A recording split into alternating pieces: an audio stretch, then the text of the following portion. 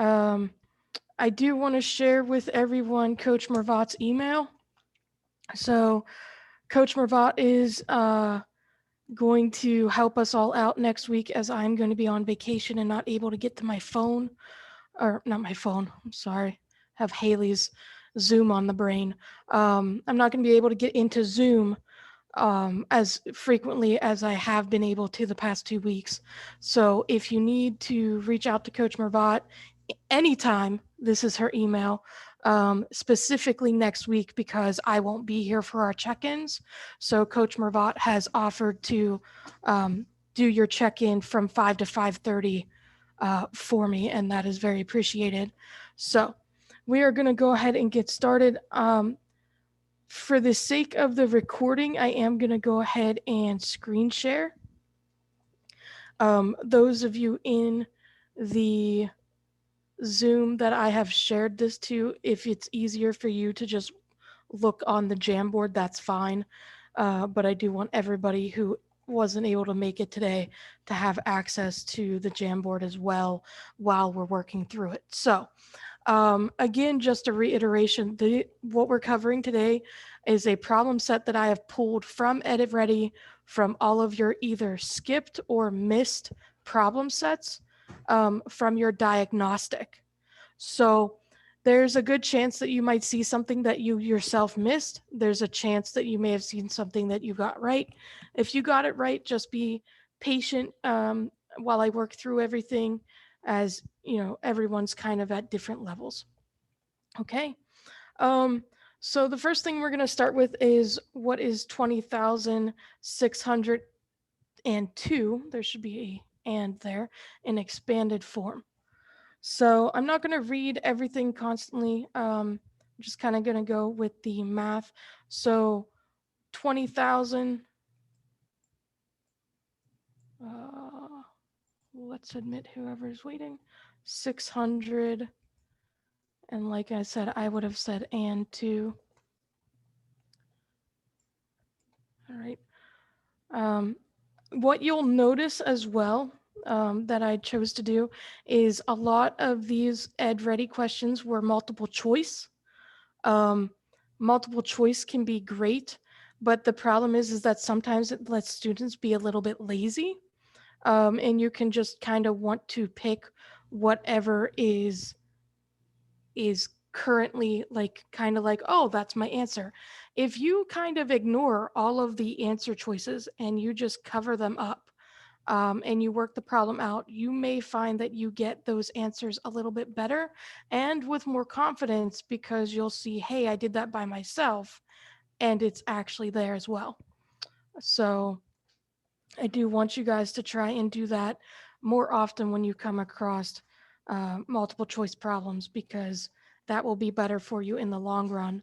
I can tell you for myself, for my own classes, I do not give multiple choice questions, and I also do not give true and false questions. If you have one of my classes in the future, you'll find out that I do not do that for that very reason.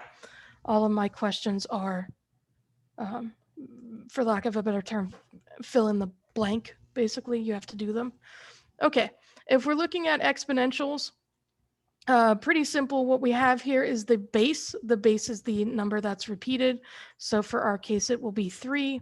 And then all you have to do is count them up. So 1, 2, 3, 4, 5, 6, 7, 8, 9. So 9 will be your exponential, the little number that goes at the top. And again, you just get that by looking at the number that was repeated and then counting the number of times that it was in fact multiplied by itself. Okay. Standard form.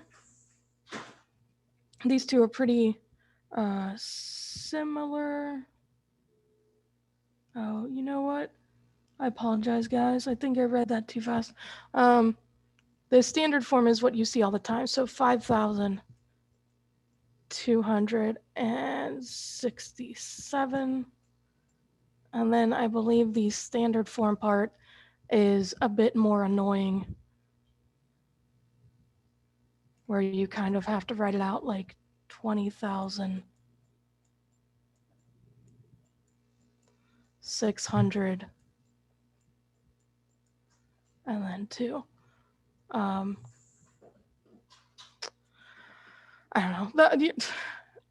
The vast majority of your courses are not really going to focus on that, but it's there, so we covered it. The number line, you were given, I believe, in the actual question, a couple of different, or 3 or 4 inequalities, and then you had to use the number line to pick the truthful statement. So in this case, you're given a few particular points. You just want to basically be able to read this. If it's on the left side, it is a smaller number. If it's on the right-hand side, it will be getting increasingly larger. So just know how to read those. Okay. Any questions on this small, I guess we'll say smaller set first slide? Okay. All right. And again, as we move through the course, you're going to see harder and harder questions because I'm going to have to be pulling from what you guys are working on now. Sabrina, we're doing a Jamboard, and I know I saw Eric pop in. Okay, or not Eric, Cesar. Sorry, I have to rename you because I will. Okay. If you guys are interested, this is using a Jamboard that I shared with you, but since I'm sharing it over the Zoom, you don't have to worry about getting into it right now. All right. For this one, you just had to figure out which expression is not equal. So you literally just had to do these 3 expressions and then pick which one down here did not match. I'm going to let you guys do that one independently, and you can let me know if you need help with that later. Proportions, if they are true or false. Anyone have an idea on how we do this?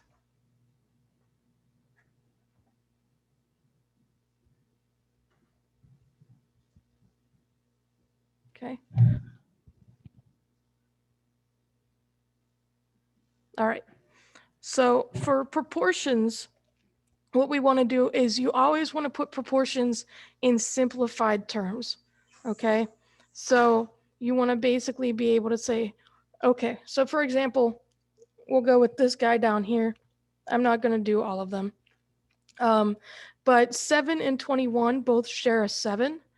So they will be 1/3. 7 times 1 gives you 7. 3 times 7 gives you 21. So that's 1/3. 5 over 15, they both share a 5. So again, 5 times 1 is 5. 15 goes times 3. 5 and 3 gives you 15. Do you see how they're both 1/3? You know, they both simplify to 1/3. So then this particular set of proportions would be true. Okay. What you would then do for the rest of this problem set is you would go through and say, okay, you know, let me do another one. 5/8 does not get any lower. 5 and 8 don't share anything. However, 8/12 does. 8 and 12 both share 4. They also share a 2, but 4 is bigger. So this would be 2/3. Is 2/3 equal to 5/8? No. So then it's going to be false.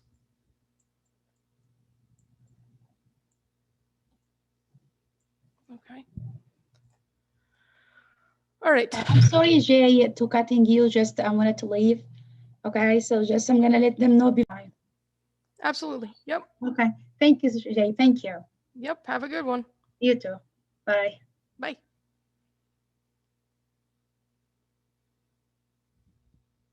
Okay. All right. Percent problems. The way we work these, you can see the top 2 are pretty similar to each other. We're just going to, if it says what percent of 60 is 15. So how would you guys know which number to put on top and which one to put on the bottom? How do we know that? Or do we know that?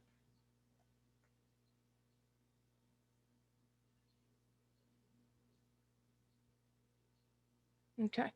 So what you want to look for is the of and the is.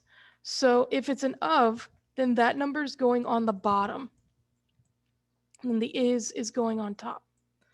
And then all you have to do is get your, um, you can either get it into simplified form, or what I would do is I would take my calculator because at this point, my brain shuts off at a certain point, right? So 15 divided by 60 gives me 0.25. So that means this is 1 over 4. But if it's 0.25, all I'm going to do there is multiply it by 100. And then we have 25% as our answer there. Okay. 45, whoops, 45 over 60 is going to be 3/4. 3/4 is 0.75. Again, we're going to multiply it by 100, and we will end up with 75%.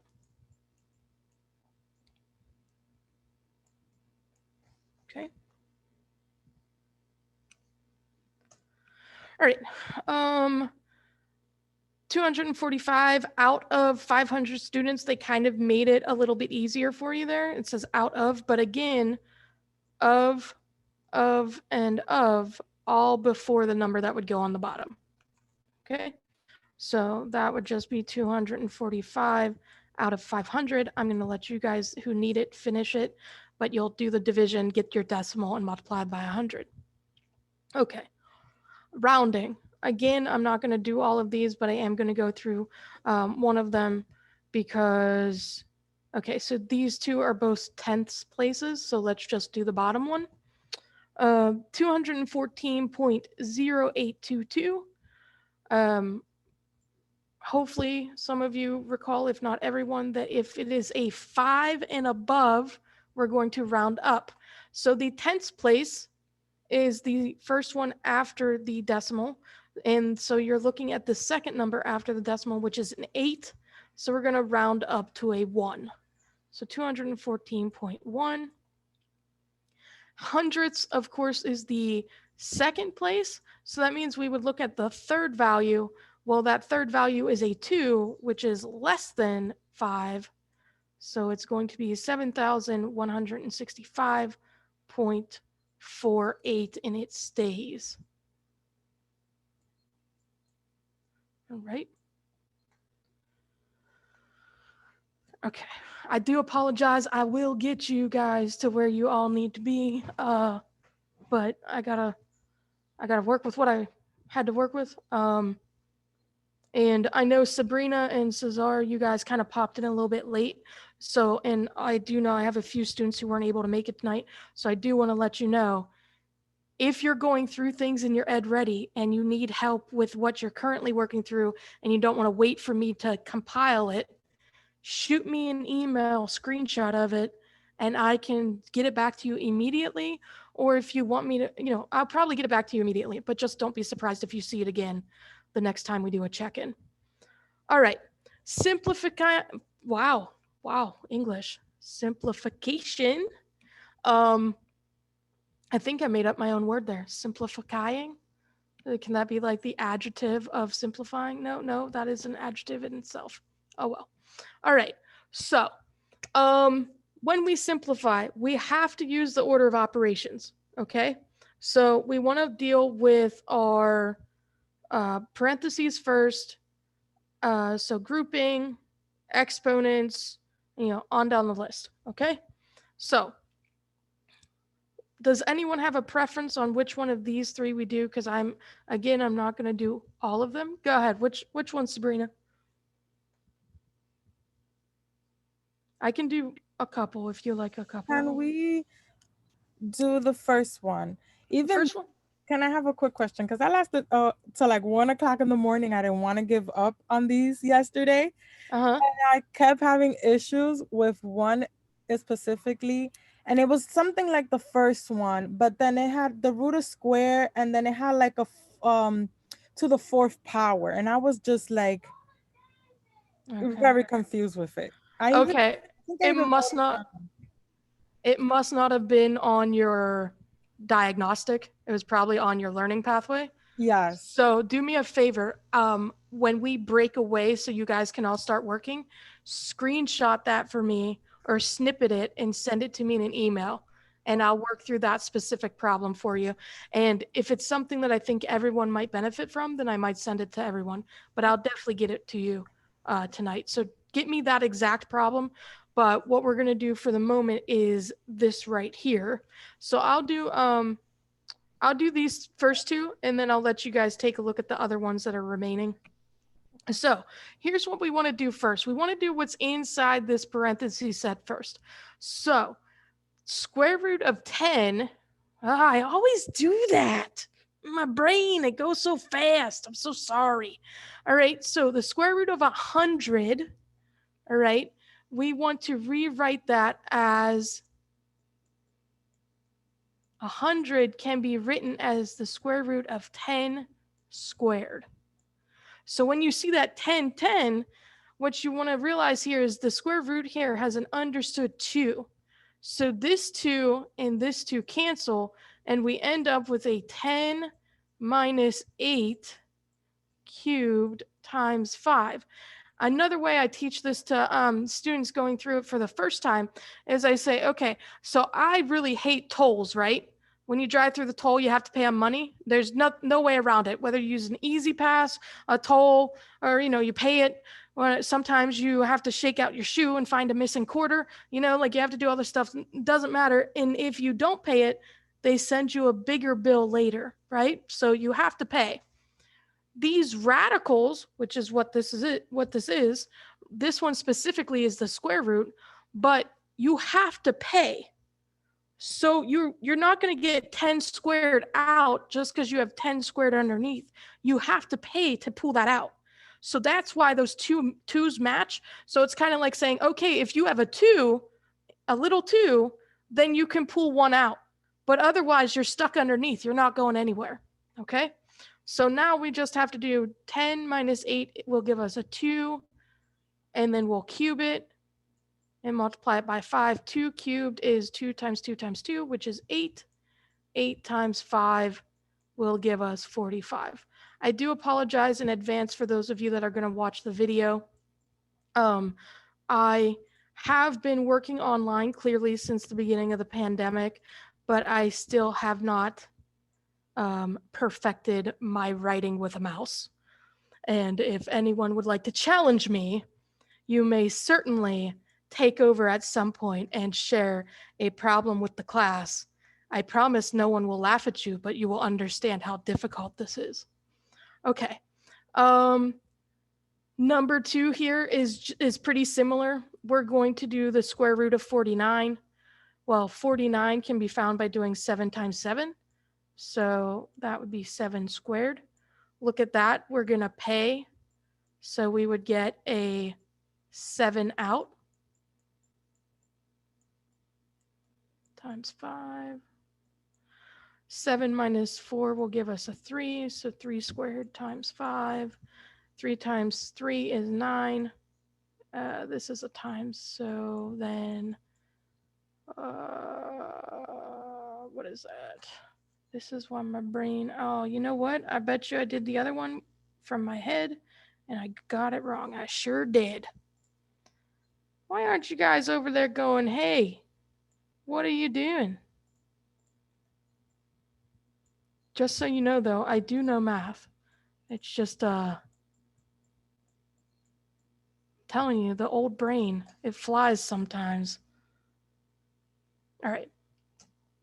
This is also what happens to me when I do everything on the cuff, as I like to say, which is I did not do any of these prior because it took me so long to snip it and grab everything and put it in here for you.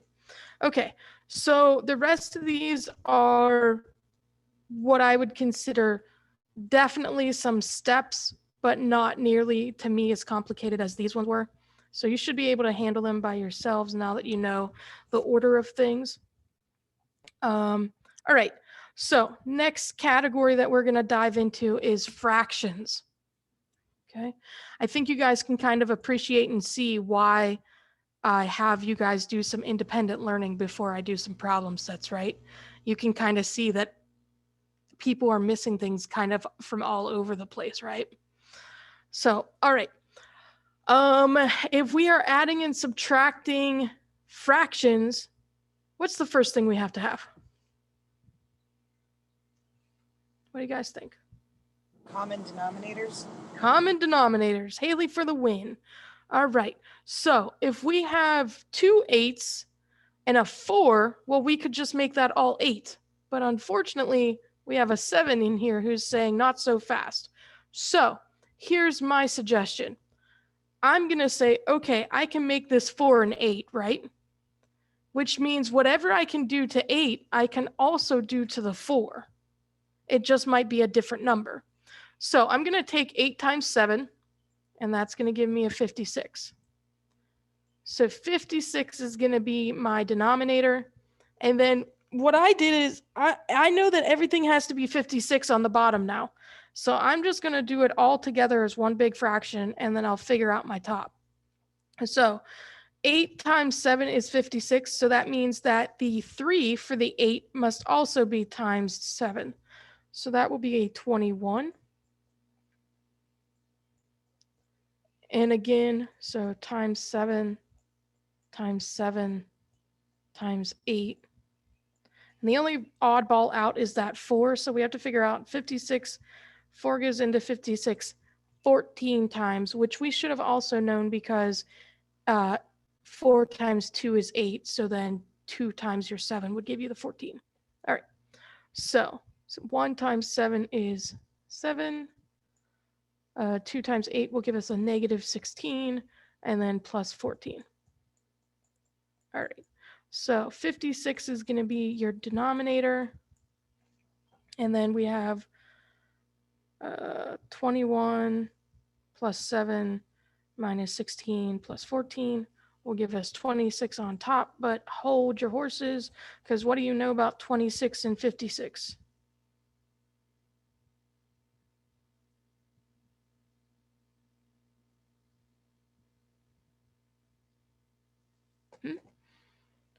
26 and 56 are both even.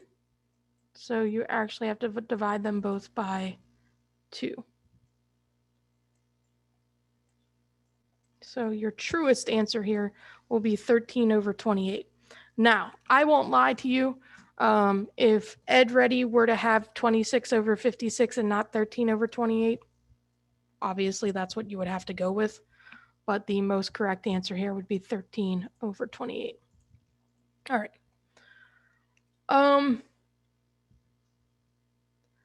So these application-based problems, you want to just do the same thing. You're going to find your common denominator, and the only thing you have to figure out after that is whether you have to add or subtract. Okay? So how much more is going to be a subtraction? Again, how much more is going to be a subtraction? Okay? So let me know separately if you guys need those. I'm going to try to go a little bit quick here because I know some of you will want to get on to the next topic or the next, diving into Ed Ready. Okay. I'm going to switch gears for a minute because I've done about half of these ones. I want to get some of the geometry stuff that was requested in, and then we can decide together if you guys want to dive back into Ed Ready or if you want me to do some more problems with you. I'll stay on and do them with those who want, and everyone else can watch the video later, whatever you guys want to do. Or we can pick it up next week. I will let Coach Mervat know where we leave off and where, if anyone contacts her, what problem sets you guys should pick up on. So for set 1, we left off on 10 out of 20. Okay. Which isn't too bad. That's half of them. Okay. So I didn't pay attention to who got these ones right or wrong. I just stole problems. I don't really care. So if you're needing to find the area or the perimeter of this is actually a compound shape because we have here a rectangle, but then what do we have attached to it?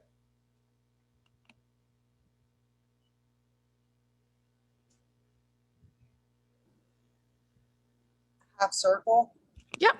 So it's a half circle or a semicircle, however you want to use it. So you're gonna have to do a compound or kind of complex additive area or perimeter, however you want to use it. So here's how we're going to do this. If we look for the area, which I always think the area is easier, I always call it area total. And then I will have an area for my half circle. I have to call it HC because if I just say circle there, my brain doesn't remember to divide it in half. And then we have the area for the rectangle. Area for a rectangle is easier for us all to remember, right? Because it was probably literally the first thing we were learned. Wow, I'm really helping you guys with your English today. So we're going to take length times width here. And then for area of a half circle, it's typically pi r squared. So we're going to do 1/2 pi r squared. So what you guys need to figure out is your r here, because you were given a length and a width. So that part's pretty easy. This will be plus 4 times 6. These are interchangeable, so just be careful with me. I don't really pay attention to that part. So if you guys really need to have it length versus width, it would be 6 times 4. But again, they're interchangeable. So what number do I want to look at to find my radius? What do you guys think?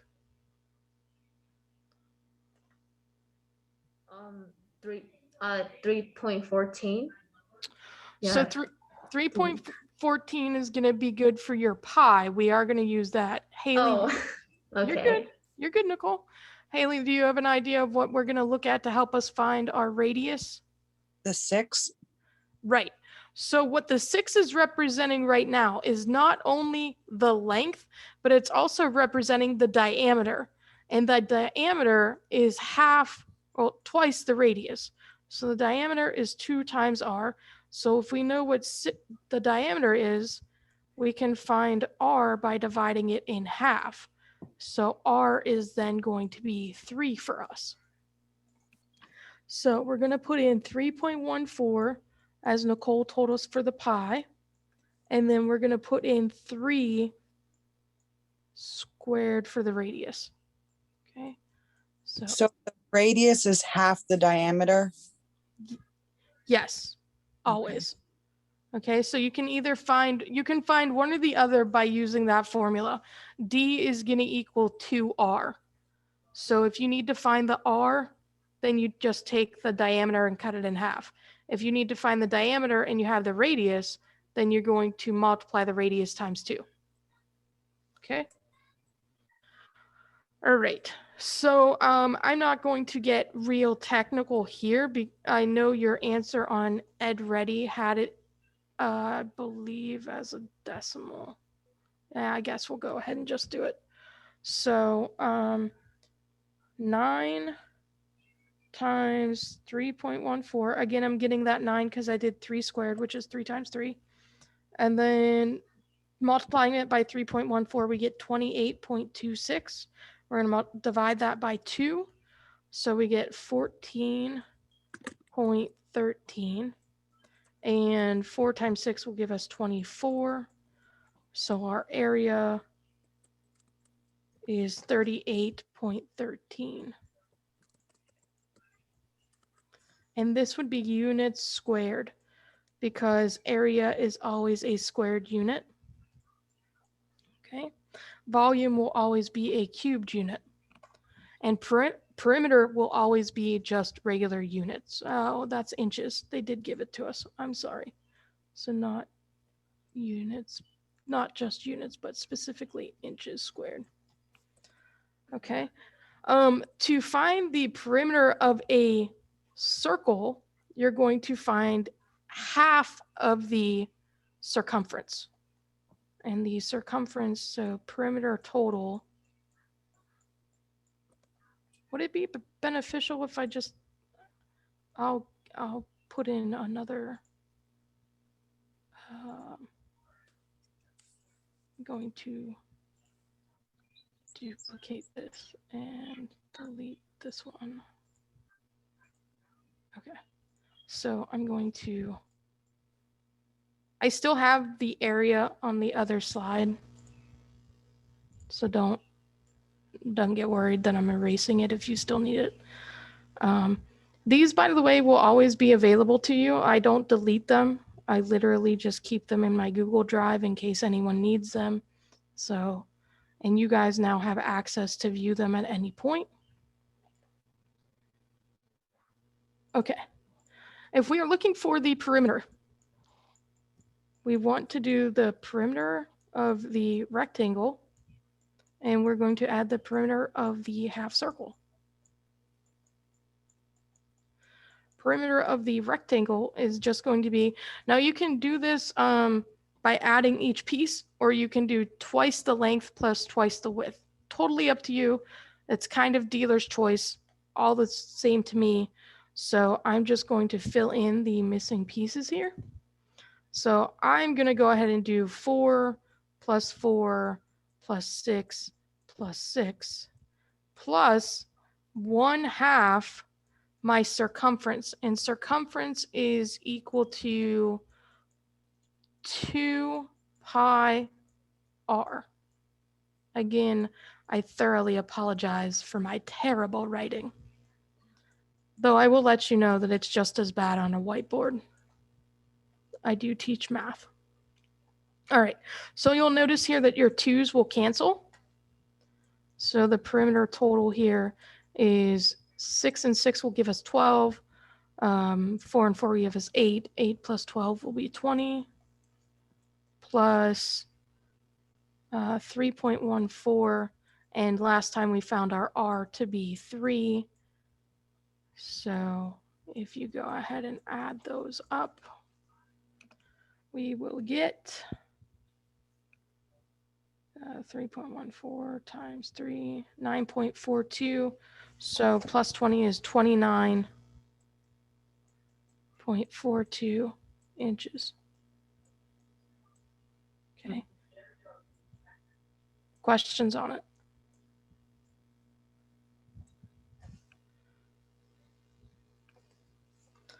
Again, I'll let you know that even though I stole the questions from Ed Ready, I did not sit there and follow through and watch, like I didn't get their answers.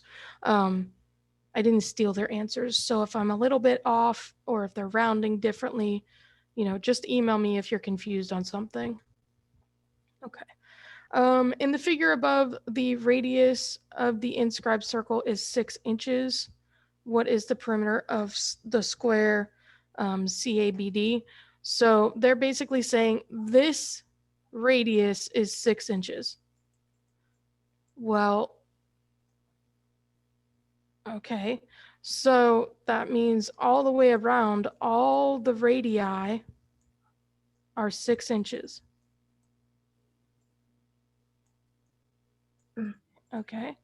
So then if we're told that it's a square, well, we know then that all the sides are the same length. And we know that if we just took that diameter and pinched it, well, then the diameter is going to be equal to all those sides. So 6 and 6 will give us 12. So that means every side is 12. And so if it's a perimeter, we're just going to multiply 12 or add 12 to itself 4 times. So 12 and 12 give us 24, 24, and 24 will give us 48 inches. Questions on my logic for that one? No? Okay. All right. Which item on the diagram below of a circle with center O represents the diameter of the circle? Which item? Okay, so don't let this one confuse you. There are 2 answers. The first one is line AH, which you represent like that. And the second is segment DE, which we represent like that. Okay, two different things there. The reason why it cannot be BC or FG is because they're not in the right spot. They're not pretty. Okay, they're cutting things off. So those would not be equal and they would not be the diameter. I will let you know that geometry is probably my least favorite math. So it's just all kinds of gross to me. But I get through it. Which letter on the diagram below represents the diameter? Again, you want to go for the one that's all the way across it and going through the center, which in this case is A. So it's going to be segment B or option B. Okay. That's the geometry part. Let me just kind of take a pause for a minute